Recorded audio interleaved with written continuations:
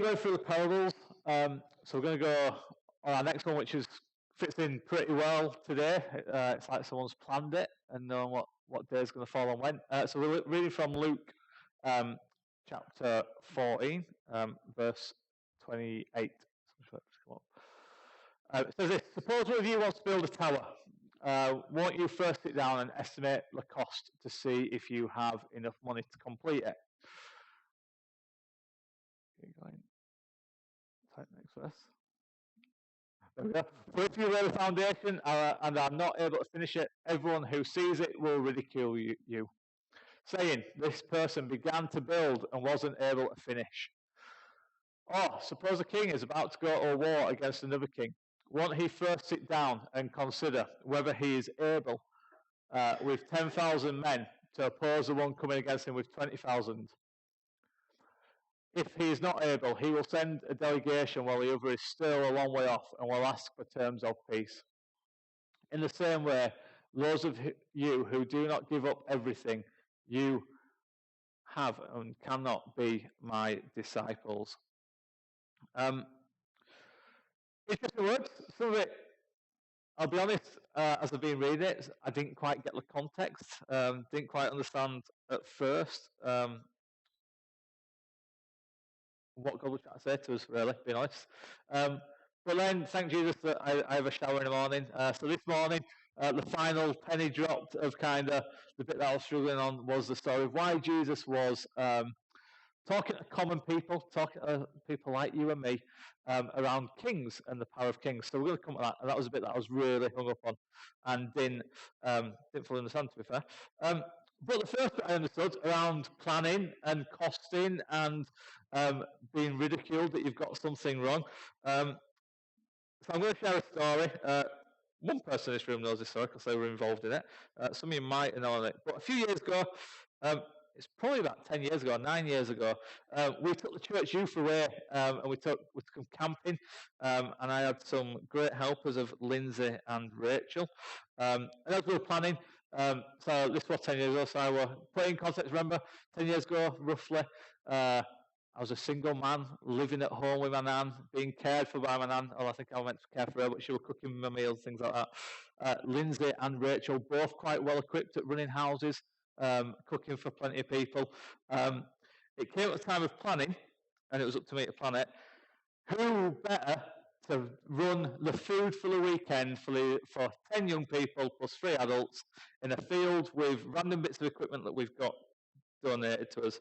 Out of them 3 people, you've already chosen who you want to look after food for that weekend, haven't you?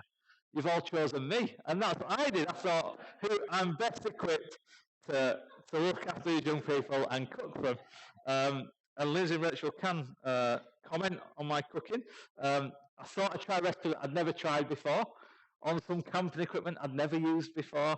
And we were having pasta with, I think it was like corned beef and beans or something like that. It was a great mixture. After about an hour, I don't know why I couldn't cook pasta, but for whatever reason, the pasta didn't cook. I will blame the equipment. Obviously, the equipment that we got wasn't good enough. And eventually, after my planning that was meticulous, the food didn't come out how it was meant to come out. Well, in fact, it didn't cook at all. It was raw pasta. Yeah. It was completely raw. So the cost that I had to then endure were in the middle on the outskirts of Ripon, trying to find a pizza shop on a Saturday night that could cook enough pizzas to feed the young people. In the end, we got pizza and they were happy and everyone were joyous that I'd chosen pizza for tea rather than corned beef, beans and pasta. To this day, I've never had that meal again, but I will always pick pizza. But I count the costing that weekend because actually I'd already bought the pasta, the gas, the camping equipment, and all that, and it just didn't work. And plenty of people, including the 10 young people that we took with us, enjoyed the fact that they could ridicule me for getting it completely wrong. So in that parable of getting it completely wrong and getting your costings wrong and not planning, I can feel what Jesus is trying to get at. Yeah, so that's the place through the pan as well. I think we actually threw the pan away. It didn't work at all. So I ain't going to do catering for any church events. We will leave it to people who know what they're doing. But nowadays we know what to budget. So when Jesus talked about in this parable around budgeting, we'll talk about this cost of living crisis and having to cut back and budget like it's something new. But actually, we're used to budgeting every single day, whether it's budgeting our heating or how much showers cost or how much is it going to cost to keep the TV on and all that. That's how focused we are on budgeting currently. But we also budget for time, don't we? If we're travelling somewhere, whether it's shopping in Leeds or going to London, we kind of budget how long we need for travel. So we are used to budgeting. But like in my little story, when we don't budget or we don't plan, we get caught out and it costs us more. And I think that's some of what Jesus is trying to say in this first parable is actually we don't ever sign up to anything without knowing, one, the cost. We had that experience. We've been away and we've been with our family on the other side of the Atlantic. And we went out for some meals where, I'll be honest, America's a different world. You just don't know how much a meal's going to cost. We went out in one place and it had an amazing menu, but no prices. And as a Yorkshireman, there's nothing worse than seeing a menu with nice food going, I want that, but actually I don't know how much that's going to cost me. And then in America, you've got different taxes on different bits, and then they want tips as well. So you go, actually, eating out became quite risky. Whereas over here, I can eat out and I can pick which menu we go. It's generally a set menu where I know that it's 2 courses for £10 or something like that. We'll leave the other menu away. But actually, in America, it was a bit of a free for all, which we're worried. Whereas we're just saying, actually, we know what we can do. We know we can budget and we can count the costs. Jesus is talking to us as disciples. Do we really know the cost of what it is to follow Jesus? I think we sell the gospel message short when we talk about signing up to follow Jesus. I don't think we ever really lay down the cost. Well, we want people in the kingdom, we want people kept with God, but we never really tell them the fact that it's going to cost you absolutely everything to follow Jesus. We kind of leave that bit until they're in church for a few years and then suddenly they're a messenger. Actually, following Jesus is going to cost you absolutely everything, and you have to sacrifice everything to follow him. And then the next example that Jesus talks about, he talks about a king. And up until 2-3 months ago, we had no concept of what life was like with a king.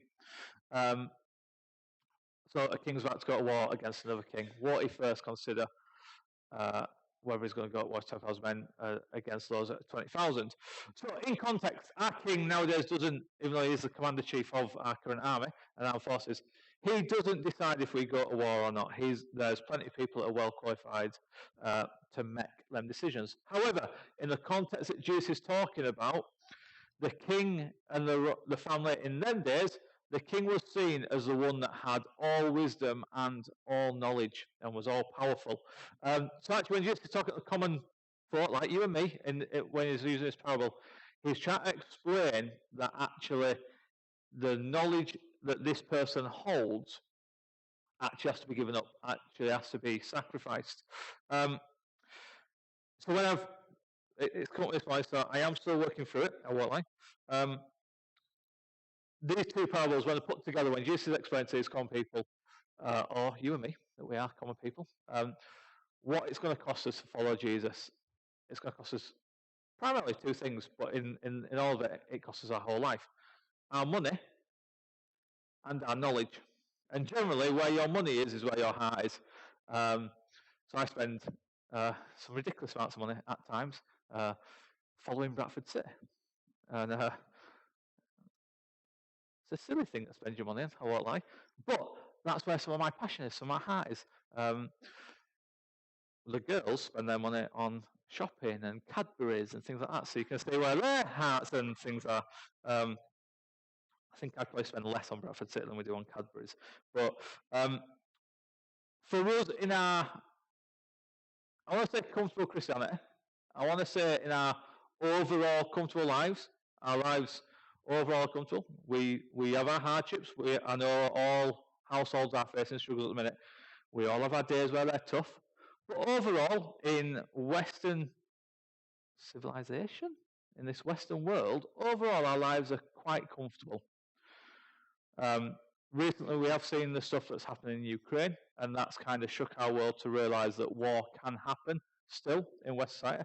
But the atrocities that we're seeing in Ukraine are the closest we've seen in recent living memory to what we saw back in the First and Second World Wars. And we've kind of got comfortable. And this is what I think Jesus is targeting, that we look at where we sacrifice our money and we sacrifice our knowledge. Because if you're like me, I know it all, I know what I'm doing, and I'm okay. And then when it all goes wrong, I suddenly find out that I can pray to God and go, God, please help me. And overall, that's kind of how our Christian walk works. We might like to disagree, that we go to God first and then we try out what God does. But generally, we try out our own methods and it goes wrong. And then we go, oh, let's go to the all-powerful, all-knowing God. If that is just me, that's all right. I'll put my hand up and say and admit that I do get it wrong occasionally. But actually, generally, over here, we live these comfortable overall lives where we are overall comfortable with money, where we've generally overall got everything that we need, that we've got a roof over our heads, that we've got overall our bills being paid. I know that's changing. I know that's a struggle for families. But then we've also got knowledge where we think we've got it all together. Whereas Jesus is really wanting us to challenge us this morning with these two parables of going, actually the cost of following Jesus for us in our lives today is that our bank balance has to become his, and John taught us on that last week. It's been a long week, and our knowledge, our ability to know what we're doing and say that we've got it all together and we know what we're doing. Jesus wants us to sacrifice that to him as well. And that's the journey that God wants to take us on. He wants us to give it all to him. And that, it don't come easy. We start off with our tithe and then we give our gifts. But actually our overall spending, our overall mindset that money doesn't come from where it comes from an employer, or it comes from support from government, it comes from whatever your money comes from, actually your money comes from God ultimately. And it's switching our mindset that God's blessed us first and foremost, and that's why we've got income like we've got in this country and we've got in our own lives today. But because God's given you it, actually it should be easy for us to give it back because God wants full control of it. And it's a painful subject because we don't like to talk about money. We don't like to talk about bills, or we don't like to talk about how we spend it. But God wants us to. God wants us to bring our whole bank balance to him and go, God, teach me. Doesn't mean God's going to take all your money.